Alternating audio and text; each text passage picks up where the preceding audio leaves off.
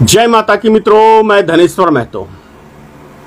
माननीय प्रधानमंत्री जी ने नतमस्तक होकर मांगी माफी।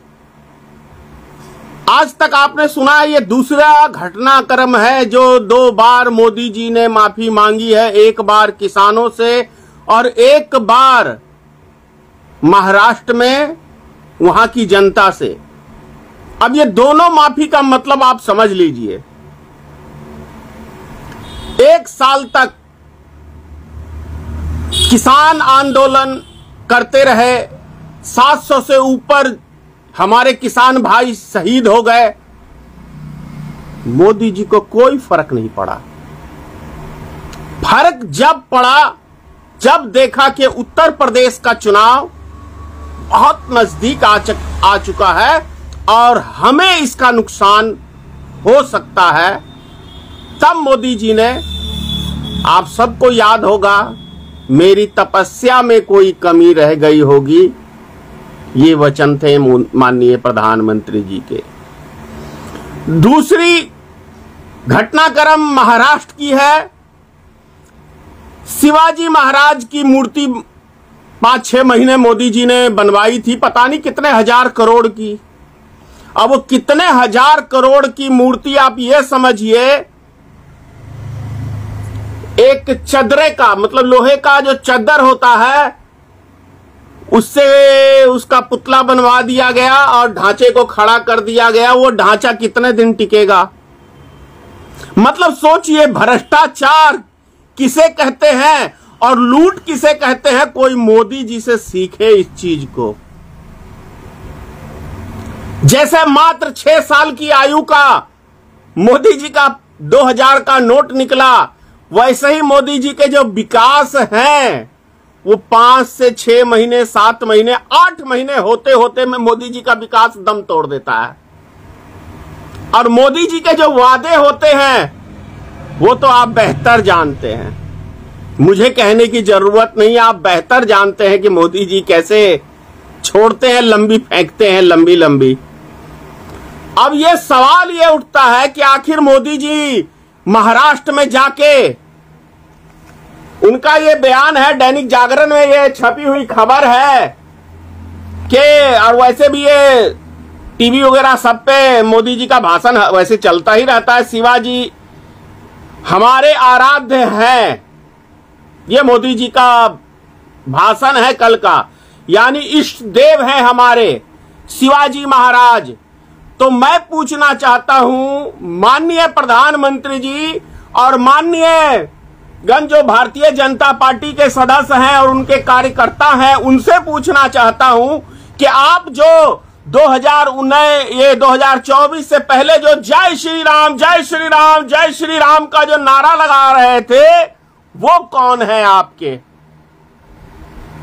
और जब जय श्री राम के नारे से आपकी, और जो अयोध्या में आपने बिना टाइम, बिना मुहूर्त के मंदिर का निर्माण और उद्घाटन करवाया और छत टपकने लगी,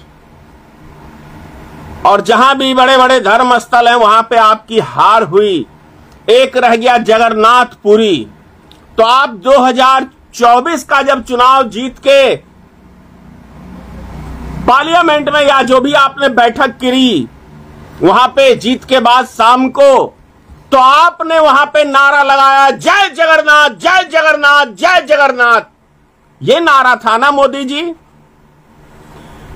माफी चाहता हूं मैं देश की जनता से, मैं कहना नहीं चाहता हूं, लेकिन मैंने अपनी लाइफ में ऐसा एक प्रधानमंत्री देखा है कि चुनाव के लिए कितने बाप ये बदलते हैं और कितने बाप ये पैदा करते हैं।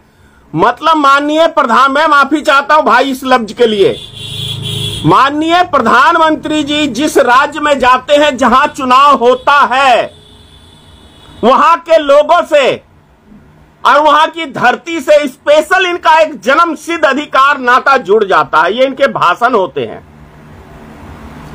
मैं तो यहां अपने आप नहीं आया हूं, मुझे तो गंगा मैया ने बुलाया है। आप सबको याद होगा 2013 का ये भाषण, 14 का,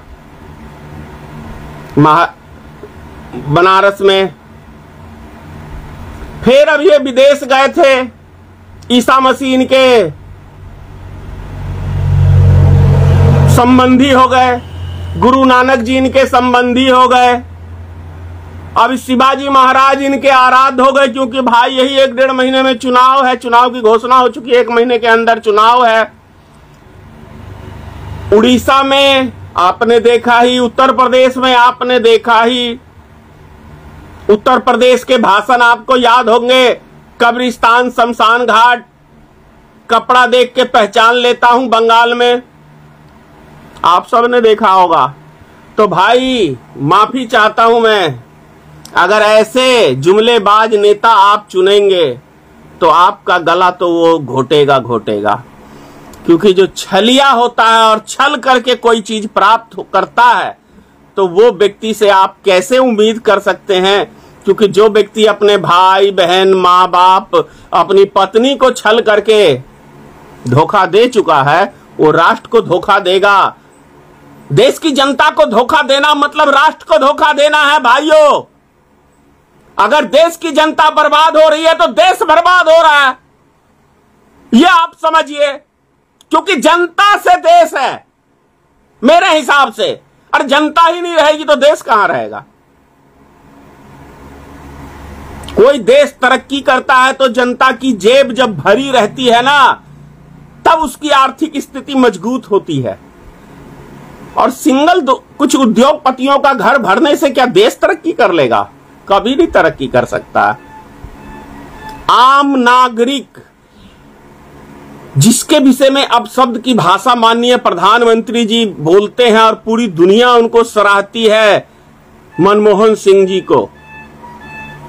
उनका मानना था कि हमारा कृषि प्रधान देश है। जब विश्व मंदी थी तो भारत में कोई मंदी का असर नहीं पड़ा था। उस टाइम में देश के प्रधानमंत्री थे मनमोहन सिंह जी, और उन्होंने किसान को फैसिलिटी देने का काम किया था, क्योंकि आम नागरिक और किसान जब उनकी जेब गर्म होगी, उनकी आय बनेगी, तो कभी भी देश हमारा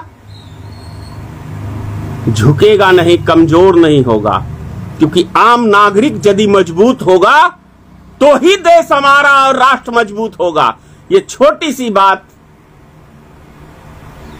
फेंकू प्रधानमंत्री जी को नहीं समझ में आती।